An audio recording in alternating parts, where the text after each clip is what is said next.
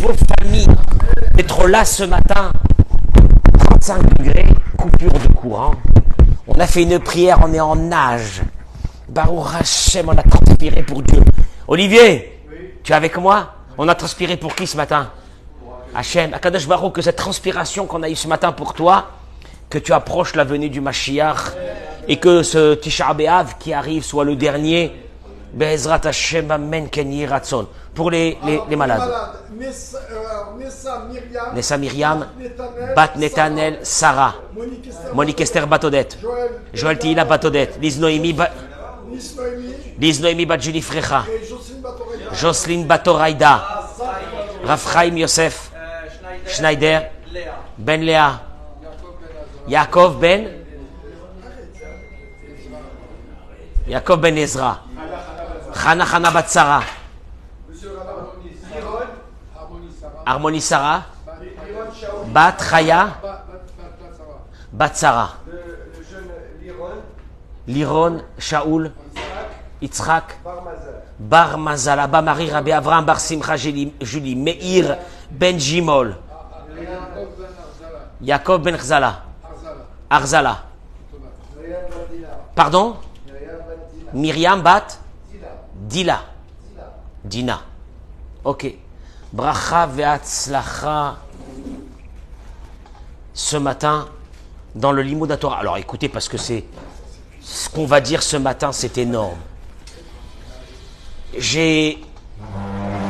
Comme d'habitude, je regarde la paracha de la semaine. J'attends que nos amis se connectent ce matin. C'est un cours de Torah grandiose, Bezrat Hashem, avec l'aide de Dieu. Je vous associe, vous, tous les malades du Ham Israël, la Parnassa, le Zivug Hagun, Bekarov, Bezrat Hashem, tout ce que vous avez besoin, Bezrat Hashem, toutes les libérations qui soient avec vous. Écoutez bien ce cours du début. Je vous conseille du début jusqu'à la fin, je vous en supplie. Alors là, on est en intérieur. Est-ce qu'il fait une chaleur en Israël, maman? Maman, qu'est-ce qu'il fait chaud?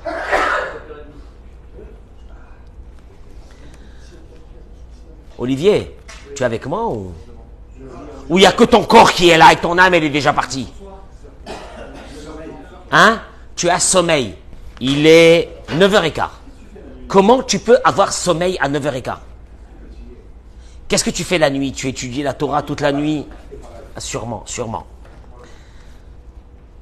Moïse, Moshe Rabbeinu, annonce au béni Israël une chose extraordinaire. Harry, écoute. Écoute ce chidouche de la Torah parce qu'il est énorme. Vatem hadevekim badonai Elohechem chaim kolechem hayom. Connaissez ce verset? Je traduis les mots. Moshe, il leur dit, mais vous, Atem, qui êtes attachés à l'Éternel votre Dieu, vous êtes tous vivants aujourd'hui. Alors là, je n'ai pas compris. Et vous qui êtes attachés à Dieu, vous êtes vivants aujourd'hui. Moi, la vérité, Olivier, vous êtes vivants aujourd'hui. Ouais, bah oui. Non, je veux dire, oui, on est vivant, hein. Non? On est vivant. On est vivant aujourd'hui. Chaim kulechem, vous êtes vivants. Hayom, aujourd'hui. Je suis désolé, Richard, on n'est pas vivant aujourd'hui, on est vivant, si Dieu veut, le maximum de temps dans la vie, etc. Vous êtes vivants aujourd'hui. On a l'impression que c'est pas une constatation. C'est un état de fait que Dieu demande que tu sois vivant aujourd'hui. Alors écoutez, parce que vous allez voir, c'est énorme. Vient l'un de nos grands maîtres, le Rav Aharon Bakht, et il dit la chose suivante. Atov et Ametiv, Dieu, Metzapé, il attend, Mikol Echad Vechad Mi Israël, de chaque juif, Lichiot Chaim Amitiyim, de vivre une vie véritable. Une vie véritable. Parce qu'il y a une vie véritable, il y a une vie qui n'est pas véritable. Chaim Shelishmam ou Nivra, une vie pour laquelle il est né.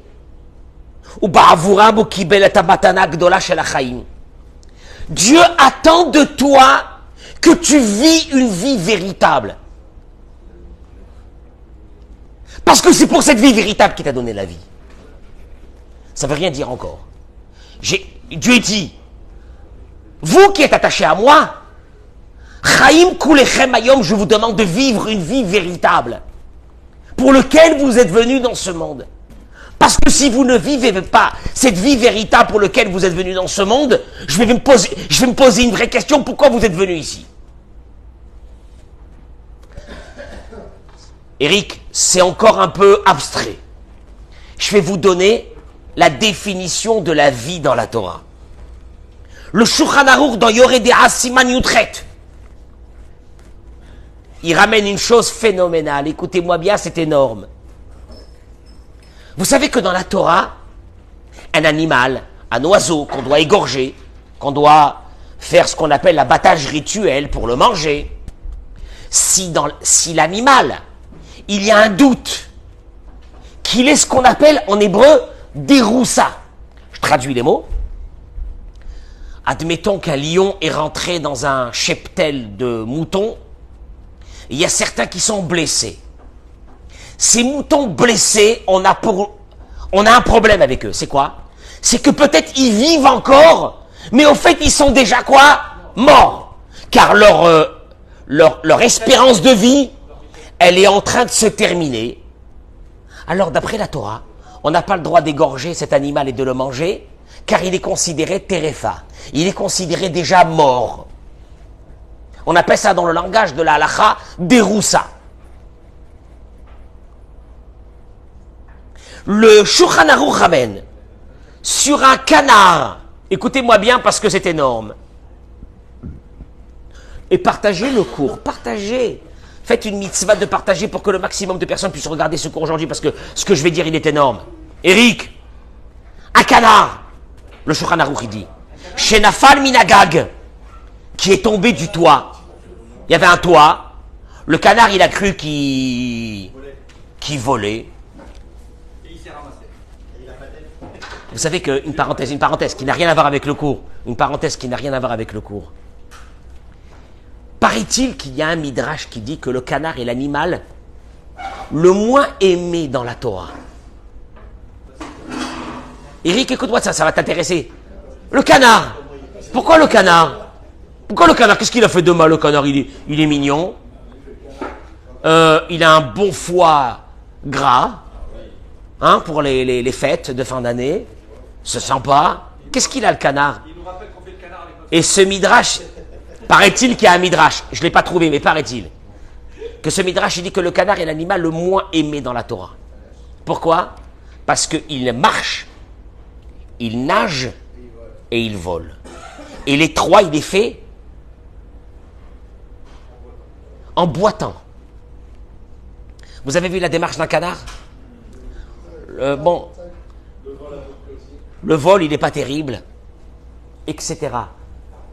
C'est juste une indication dans la Torah que chaque être humain doit se concentrer dans quelque chose qu'il sait faire et ne pas se diversifier dans beaucoup de choses, parce qu'en fin de compte, en se diversifiant dans beaucoup de choses, il risque tout ce qu'il va faire n'est pas bon. Le seul animal qui vole, il nage et il marche, c'est le canard. Et les trois, il les fait mal. Ne te diversifie pas quand on te dit il y a une affaire dans ça, il y a une affaire dans ça, il y a une affaire dans ça. Si tu ne maîtrises pas cette affaire, si tu ne maîtrises pas ce domaine, ne le fais pas. Parce qu'en fin de compte, tu vas tout faire, mais tout, tu vas le faire mal.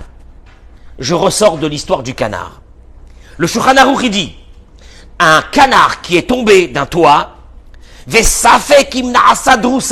et on a un doute, est-ce que maintenant ce canard est considéré un canard vivant? Il marche, tu le vois, il marche, il est là. Mais au fait, ses heures sont comptées. Il a été blessé à mort. Mais il va continuer à vivre quelques heures. Mais en fin de compte, il est considéré comme un animal qui est déjà mort. Le Shulchan Aruch dit, on le pose sur le fleuve.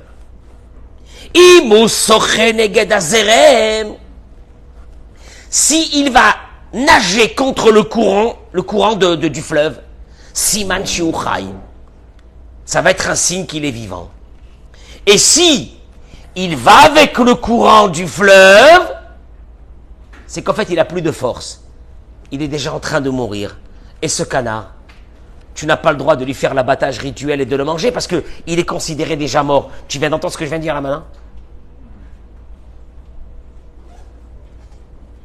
Il vient le Rav Aaron Baksteidi.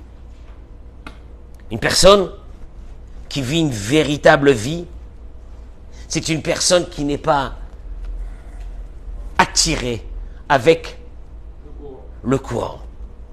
L'amrochi Kulam, alors que tout le monde sont en train de partir vers un rêve, vers une folie de la vie, vers des vacances qui veulent rien dire, vers des modes qui veulent rien dire. Et lui, qu'est-ce qu'il fait avec sa famille? Avec sa femme et ses enfants, qu'est-ce qu'il fait ce monsieur-là? Qu'est-ce qu'il fait? À contre-courant.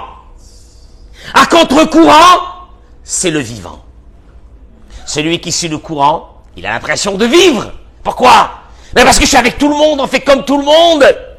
On est comme tout le monde. Ben c'est qu'on est vivant. T'es mort. En fait, t'es déjà mort. Parce que tu ne sais pas que la vie, Atem adevikim badonai Elohechem, ceux qui sont attachés à Dieu, Chaim kulechem hayom, vous êtes obligés de vivre aujourd'hui. La vie, en un mot, le Shulchan Aruch nous l'a donné. C'est que si ce canard arrive à nager contre le courant, c'est qu'il est vivant. S'il suit le courant, il est là en train de faire comme ça, mais il suit le courant, ce canard est impropre à la consommation. Vous avez compris ou vous n'avez pas compris ce que je viens de dire? C'est ça, Chaim dans la Torah. Le mot Chaim dans la Torah, c'est ce canard nous donnera l'indication s'il est vivant. À partir de quand? S'il va nager contre le courant. Mais s'il ne nage pas contre le courant, ce canard est déjà mort. Donc c'est dans la difficulté qu'on est vivant, finalement. Merci. Merci Eric. Merci Eric. Merci Eric. Non, non. Olivier, où tu te lèves? Tu es là, mon chéri. Tu bouges pas d'ici, Olivier. Chazak ou Baruch. Baruch ata Adonai Eloheinu melech haolam she'akol niya bidvaro.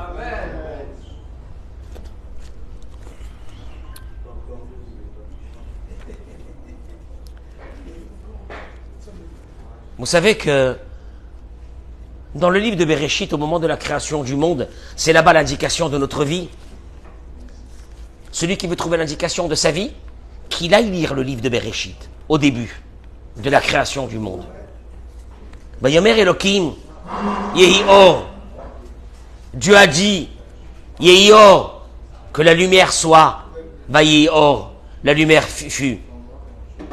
Et le verset termine et dit, Vayi Erev, il fut la nuit, Vayi Boker, il fut le matin, Yom Echad, le premier jour. Le Rav nous dit, il y a une indication dans la vie d'un être humain.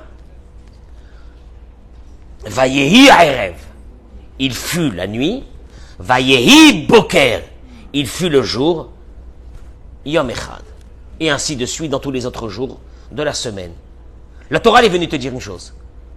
C'est que chez nous, dans notre peuple, la nuit est attachée au jour. Ce soir, nous allons être en deuil de Tisha B'Av, du 9 Av. Or, le 9 Av ne commence pas ce soir, en principe, il commence quand? Ah ben demain matin. Dans la Torah, la nuit est attachée au jour. La nuit est annonciatrice du jour. Si vous pouvez fermer juste la porte, s'il vous plaît. Eric, si tu peux fermer juste la porte, merci.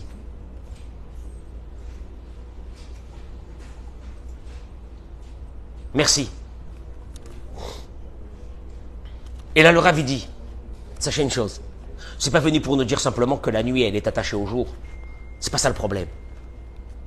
C'est pour nous dire une chose, qu'avant que la lumière arrive dans notre vie, on est obligé de passer par la nuit, par l'obscurité. Et là, je voudrais parler à tous ces hommes et ces femmes, à nous tous, qui traversons des moments de nuit. Je voudrais vous donner la définition de cette nuit parce que beaucoup de personnes sont en train de se noyer. Il y a beaucoup de personnes qui ont lâché. Il y a beaucoup de personnes qui nagent avec le courant. En fait, c'est dommage parce qu'ils ne vivent pas. Ils sont en train de nager avec le courant. Et là, il dit une chose ici, le Rav. Matara nosefet anil medet mikar shebore olam ekdim et alayla layom. Tu sais pourquoi Dieu a marqué dans la Torah que la nuit, elle est avant le jour? Bishvil la medenu, c'est pour nous apprendre. Shelifne she Adam zoche laor. Avant que la lumière de Dieu, tu sais quoi, tu es dans l'obscurité totale de ta vie.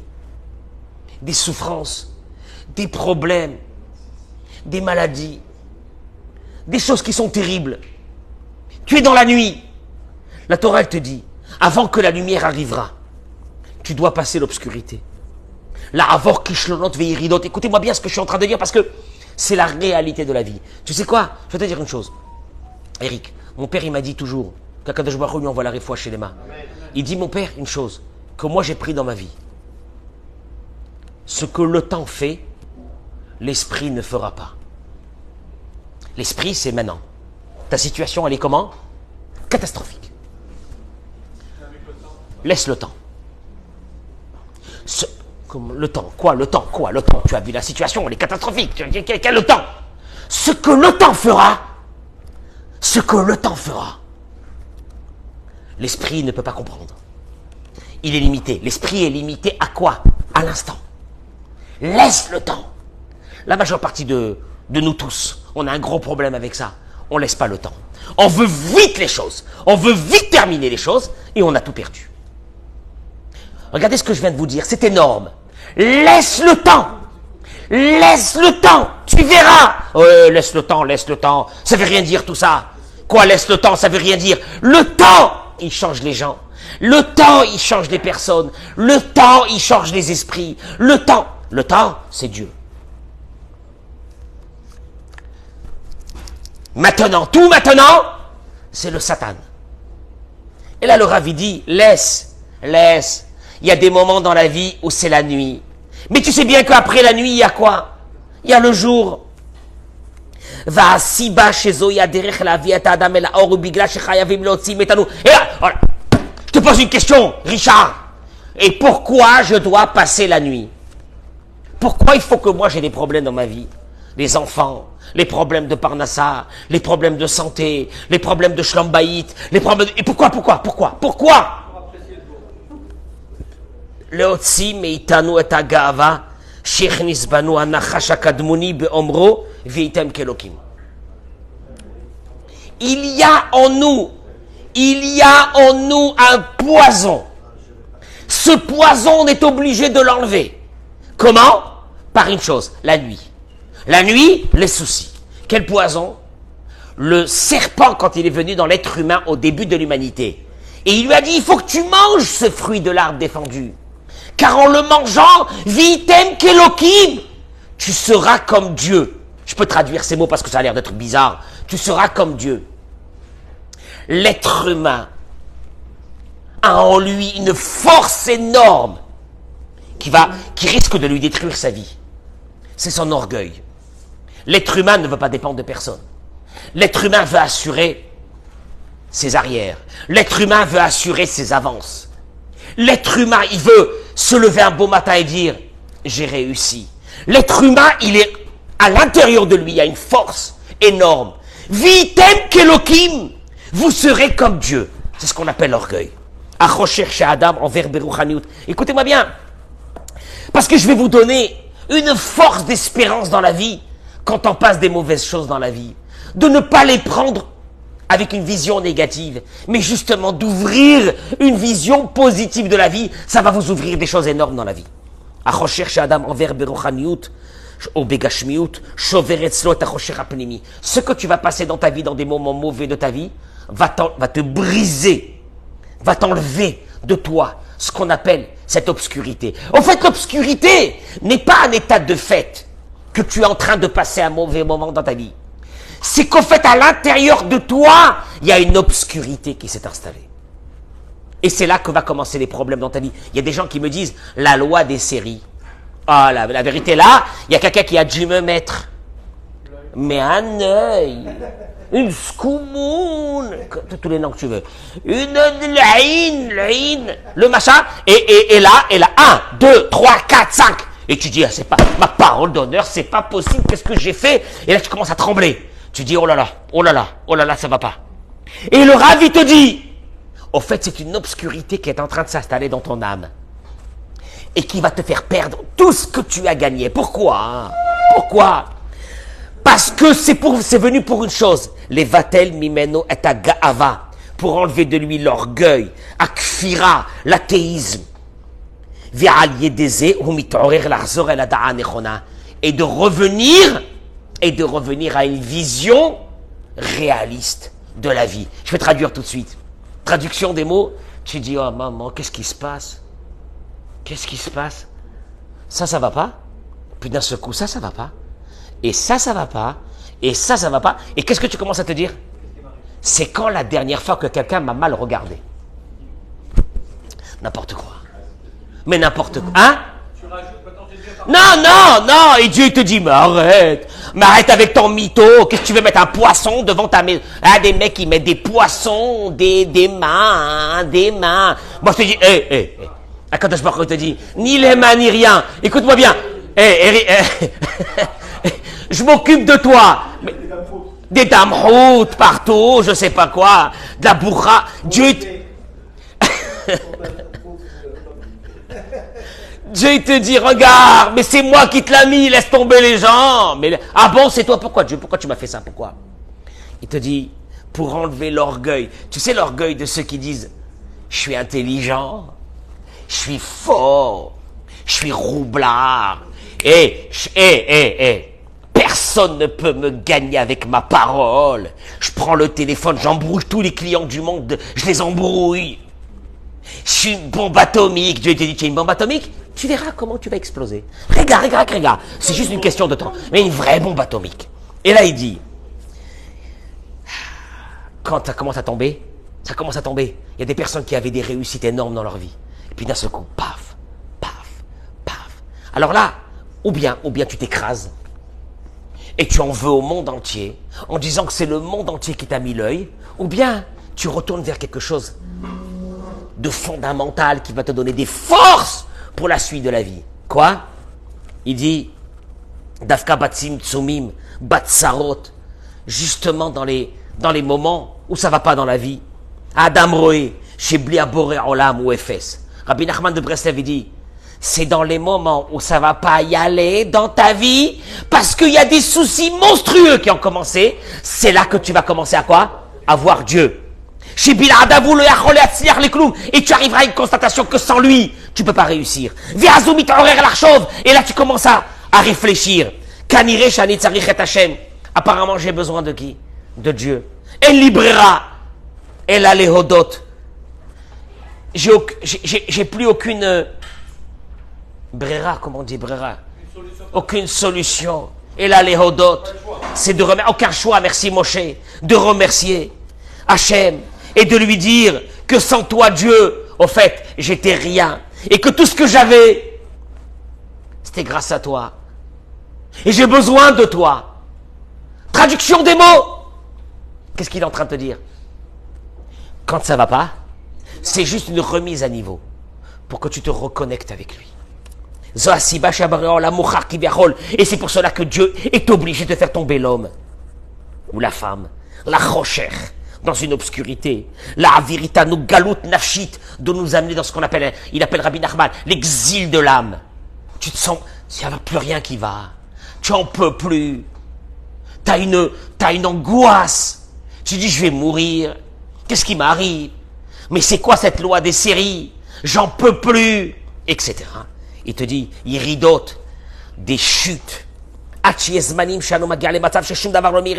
y a des moments où tu dis, c'est l'obscurité totale. Je vais mourir. Qu'est-ce qui m'est arrivé? On m'a jeté quoi? Il y a des gens qui vont te dire, on m'a jeté un sort. On m'a jeté un sort. Parce que tu crois que des sorts, ils marchent. Il y a Dieu qui est avec toi.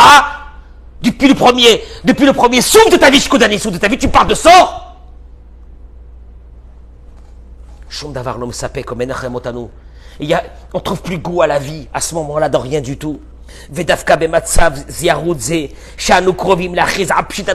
Justement, il dit le Rav, dans des moments pareils où tu es prêt à annoncer ta faillite totale. Comme ça les mots du Rav. Pshitat regel, ta faillite totale. Là, tu sais ce qui peut t'arriver? La plus belle chose du monde, c'est que tu commences à essayer de trouver un lien avec Dieu. C'est le but de la vie. C'est le but de la vie.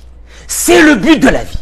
Il n'y a pas un autre but. Tu sais c'est quoi le but de la vie? C'est que ta vie, tu parles avec Dieu, tu vis avec Dieu. Alors il va t'amener à la faillite. Après à toi, à cette faillite, de ne pas mettre cette faillite sur le dos des autres ou de la société, mais de la mettre sur ton compte. Dieu, j'ai dû t'oublier. J'avais l'impression que j'avais des capacités. J'étais une bombe. J'étais une bombe. T'es tombé en bas. T'as tout perdu. C'est rien. Parce que je vais te la ramener, moi. Ce que tu as perdu, je vais te le ramener. Je te demande une seule chose. Tu sais c'est quoi? Enlève l'orgueil et commence à avoir ce lien avec moi. Et là, il dit, c'était le seul chemin pour l'amener à revenir à un niveau, à un palier normal de la vie. Il y a des paliers, il y a des paliers, il y a des paliers. Il y a des mecs qui sont dans des paliers que tu peux pas atteindre. Ils sont à 30 000 pieds, à 50 000 pieds. Tu peux pas les atteindre. Dans un orgueil, dans des fêtes, parce qu'ils peuvent pas, c'est leur standing. Ils parlent pas avec tout le monde, parce qu'ils peuvent pas parler avec tout le monde. Ils sont pas du même monde. Ils ont une intelligence fabuleuse. Ils n'ont rien à voir avec ces manants. Tu vois, Dieu te dit, attends, tu verras. Le jour où je vais t'aimer, c'est le jour où je vais t'exploser ta vie. Tu vas tout perdre. Et tu vas revenir à un niveau, parce que je t'aime. Et tu vas revenir à un palier normal de la vie. Et là, tu vas commencer à me parler, et que tu vas me dire la vérité, je t'ai oublié, j'étais dans un autre monde, etc. Il dit le Rav, tu sais ce qu'on fait? On lui écrase, on lui explose. Les rasek, c'est un mot qu'on dit quand un avion, il trasek. Un avion, il s'est craché. On va te cracher ta gava. Moto. On va lui baisser la tête. C'est là que dans l'être humain, il y a une volonté de chercher cette lumière. C'est là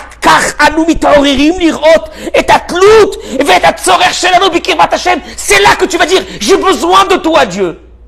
J'ai besoin de toi. Il n'y a que toi. Je t'en supplie. J'ai besoin de toi. Quand tu vois quelqu'un qui est malade, je vois mon papa qui est à l'hôpital dans un état critique. Tu vois que la vie, elle s'en va d'un être humain et que tu peux rien faire. Tu peux rien faire. Tu es impuissant dans la chose la plus puissante du monde qui est la vie. Tu es impuissant. Et là, tu comprends. Tu sais ce que tu comprends là? Tu comprends là que tous les jours de ta vie, depuis tes 20 ans, c'était un miracle. C'était un miracle. Et que dommage que tu as perdu toutes ces années, que tu n'as pas remercié Dieu, que tu n'as pas parlé avec Dieu, puisque tu vois bien que tu peux rien faire dans la vie. Dans les choses les plus importantes, tu peux rien faire.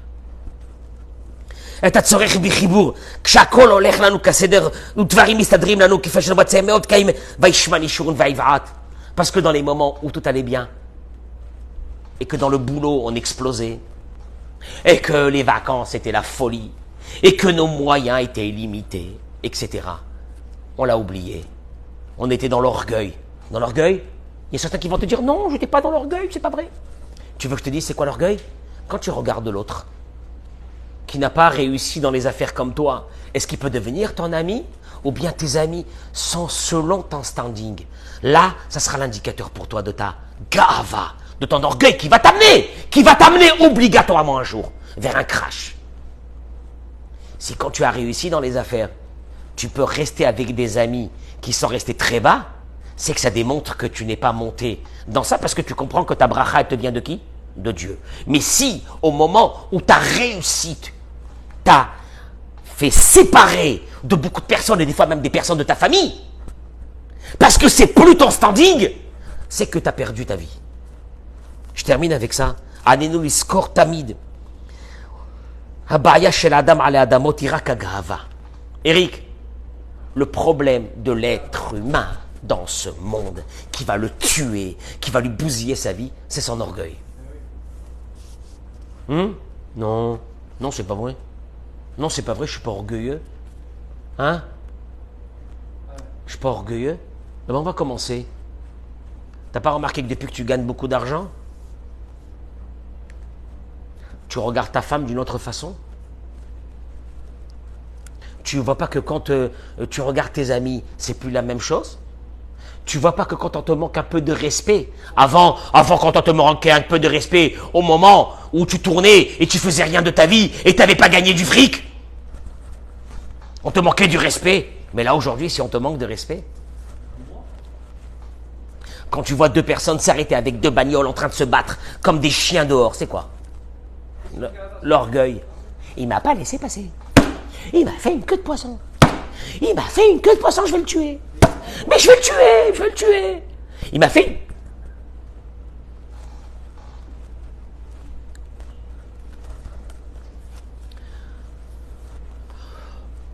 Le cimetière de Vatican, il nous attend à tous. Juste pour petit rappel. Le cimetière, il nous attend. De Pantin, il nous attend à tous. Ne vous inquiétez pas. Là-bas, on sera tranquille. Celui qui avait du standing et l'autre qui n'avait pas de standing, etc. Celui qui habitait dans le 19e, celui qui habitait à Sarcelles et celui qui habitait à Neuilly, dans un hôtel particulier, vont se retrouver à Pantin. Avec la même surface. Non, la vérité, Eric, c'est abusé. Ils auraient dû faire quand même des cimetières pour... Non, des cimetières pour les... Hein? Enfin, voyons. Là-bas, c'est la vérité. La gava. Mais cette gava, elle nous a éloignés de Dieu. Elle nous a éloignés de Dieu. Tu vois d'un seul coup des personnes... Tu sais quoi? Ça m'est arrivé. Sam! Ça m'est arrivé que j'ai vu des personnes qui m'ont regardé d'un seul coup avec un regard très hautain. Je n'ai pas compris pourquoi. Parce que moi, je vais pas changer, moi. Moi, je ne changerai jamais de ma vie, moi. Parce que pour changer, il faut être un malade. Et j'ai appris que ils avaient réussi dans les affaires. Ma parole d'honneur. Si je l'avais su au moment où je les avais vus, je les aurais démontés. Mais je les aurais démontés. Parce que tu as un peu de fric, quoi, des billets de 500, là, tu as des paquets de billets de 500 euros, tu vas te monter sur moi, mais qu'est-ce qu'on fait? Mais tes billets de 500 euros, tu vas pas les prendre dans ta tombe? Mais qu'est-ce qu'on a à faire? Qu'est-ce que tu vas manger plus que moi? Qu'est-ce que tu peux manger plus que moi? Hein? Même ce que tu manges dans les hôtels, moi je mange plus que toi. Qu'est-ce qui t'arrive? Hein? Parce que quand tu montes dans l'avion, tu montes... En premier, on arrive en même temps. Qu'est-ce qu'il y a? Parce que tu t'es mis dans un gros siège, qu'est-ce qu'il y a? On arrive en même temps. Hein? Quelle est la différence? Vas-y. Concrètement, où elle est? La différence, c'est qu'on est à l'aise, on sent moins le voyage. On sent moins le voyage.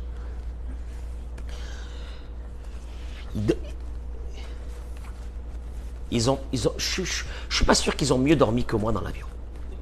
Si vous êtes fatigué comme vous l'êtes, vous n'avez pas besoin.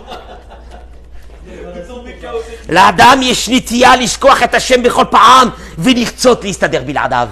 Parce qu'il y a une force en nous qui est j'ai pas besoin de toi, Dieu. En deux mots, si quelqu'un te dit, si quelqu'un te dit, il n'y a que Dieu, tu dis celui-là, il est dans une situation catastrophique. Il n'y a plus rien à faire. Il n'y a que Dieu. Qui pêche? Ramon! Il n'y a que Dieu depuis le début de ta vie. Et quand tu écoutes des gens qui te disent, il n'y a que Dieu, tu dis, maman, les pauvres, quoi, tu travailles pas, il n'y a que Dieu, maman, comment il fait? Voilà le vrai problème. הנפילות מגיעות כדי להזכיר לנו את אפסיותנו, להכניע אותנו בכל פעם מחדש, כי הכניעה בפני הבורא est המפתח אל החיבור אליו. Il te dit, tu veux la clé de ce lien avec Dieu qui va t'amener des choses mais énormes dans ta vie. Une chose, achna'a. Tu baisses la tête, Mais je vais te dire un truc, un secret. Plus tu vas gagner du fric, plus baisse la tête. Plus tu vas avoir des biens, plus je t'en supplie, baisse la tête. Parce que tant que tu baisseras la tête, la santé elle sera là, tout sera là. L'orgueil, elle nous a amené à une chose. Les enfants ne parlent plus aux parents, les parents ne parlent plus aux enfants. L'orgueil. L'orgueil, il nous a tués. Les frères et les sœurs ne se parlent plus. Parce qu'il y a un qui a réussi, l'autre il n'a pas réussi. Des familles en guerre. Mais en fin de compte, il y a un point commun entre toutes ces personnes. Ils sont dans une fragilité de leur vie et de leur santé et de leur parnassa que personne ne peut s'imaginer. Parce qu'ils ont perdu le lien avec Dieu. Agava, je termine avec ces mots, il y a pour 2 minutes. Au Mekor Apero de Memenoïd Barach. L'orgueil. C'est ce qui nous déconnecte. Mais totalement de la source de notre santé, de notre vie, de notre parnassa, de tout. De nos enfants, qui s'appelle Dieu. La reine, partagez ce cours. Plus tu vas rentrer dans un orgueil,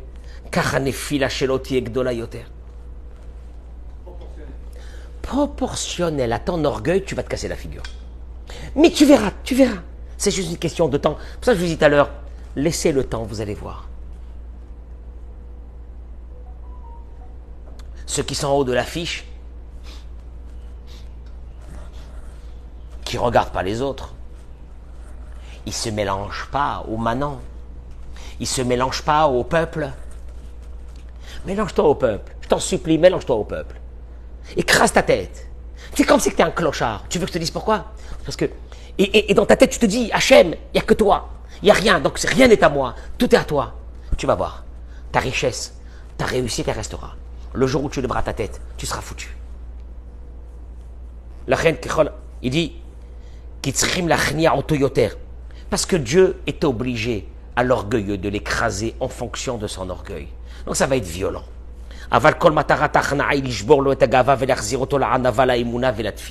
Et tout le but de Dieu, c'est quoi? En t'écrasant, c'est pas pour se venger de toi, c'est pourquoi? C'est pour te ramener à ce que tu baisses la tête, à l'humilité, à la émouna, ah ouais, et à la prière. Traduction des mots. Pourquoi je vous dis ça aujourd'hui? Quel est le rapport? Quand il t'arrive des problèmes, soit tu vas avec le courant, et tu coules, et tu meurs, et tu disparais de ce monde, et tu t'écrases, et tu détruis ta famille, et tu détruis ta santé, et tu détruis ta vie. Vas-y. Mais tu es déjà mort. Sache que tu es déjà mort comme ce canard qu'on a dit au début du cours. Soit tu vas nager contre courant. C'est-à-dire quoi contre courant? Mais il y a des problèmes. Comment tu veux que je nage? Si tu as abordé ces problèmes comme une reconnexion avec Dieu, une preuve d'amour de Dieu à travers les épreuves qu'il t'a envoyées dans la vie, je peux t'assurer d'une chose, tu vas nager contre courant. Mais en nageant contre courant, tu vas démontrer à Dieu une chose, que tu es vivant. Je rappelle les paroles de Rabbi Nachman de Breslev. Les épreuves de la vie sont déjà marquées. Ouais. Ils sont écrits dans ta cartographie de ton âme. Alors, où est mon libre arbitre? Comment est-ce que je vais aborder mes épreuves? C'est un col. L'histoire, elle est faite ici. Comment j'aborde mes épreuves? Où je meurs, où j'en veux au monde entier, où je m'écrase complètement dans ma vie, où je disparais de ce monde et je vais avec le flot, ou je vais à contre-courant. Mais pour aller à contre-courant, il faut cette indication qu'on vient de dire. Il y a Erev, Vaï Boker, il y a le jour, et après il y a la nuit, et après il y a le jour, il y a la nuit, et après il y a le jour. Mais la nuit, elle est annonciatrice du jour. À une condition, elle est annonciatrice du jour. Tu sais laquelle, Eric? C'est que quand cette nuit, tu vas bien l'aborder. Tu vas baisser ta tête. Tu vas dire, Hachem, ok. J'ai dû fauter dans beaucoup de choses. En tout cas dans l'orgueil. Maintenant, Kadosh Baruch Hu, je vais changer complètement. Je vais me reconnecter avec toi, je vais parler avec toi. Il ratsonne que ces paroles de Torah soient pour tous les malades du Ham Israël. Bracha ve'atzlacha. Un bon, entre guillemets, un bon jeûne. On va prier pour que Dieu nous envoie le Mashiach Tzidkenu B'mera B'Yamenu Amen. Et qu'on retrouve La lumière de Dieu avec nous, la lumière de Dieu. Shrinta Begaluta. L'Esprit de Dieu est en exil. C'est l'Esprit de Dieu qui est en exil. C'est pas qu'on a perdu il y a 2000 ans un bâtiment. Un temple qui a été brûlé, ça c'est rien, un temple on peut le reconstruire. C'est cet Esprit de Dieu qui était avec nous, ce da'at qu'on avait, cette émouna qu'on avait, qu'on la retrouve pour une vie meilleure. Amen, Kenny Ratson. Bracha v'atzlacha, amen.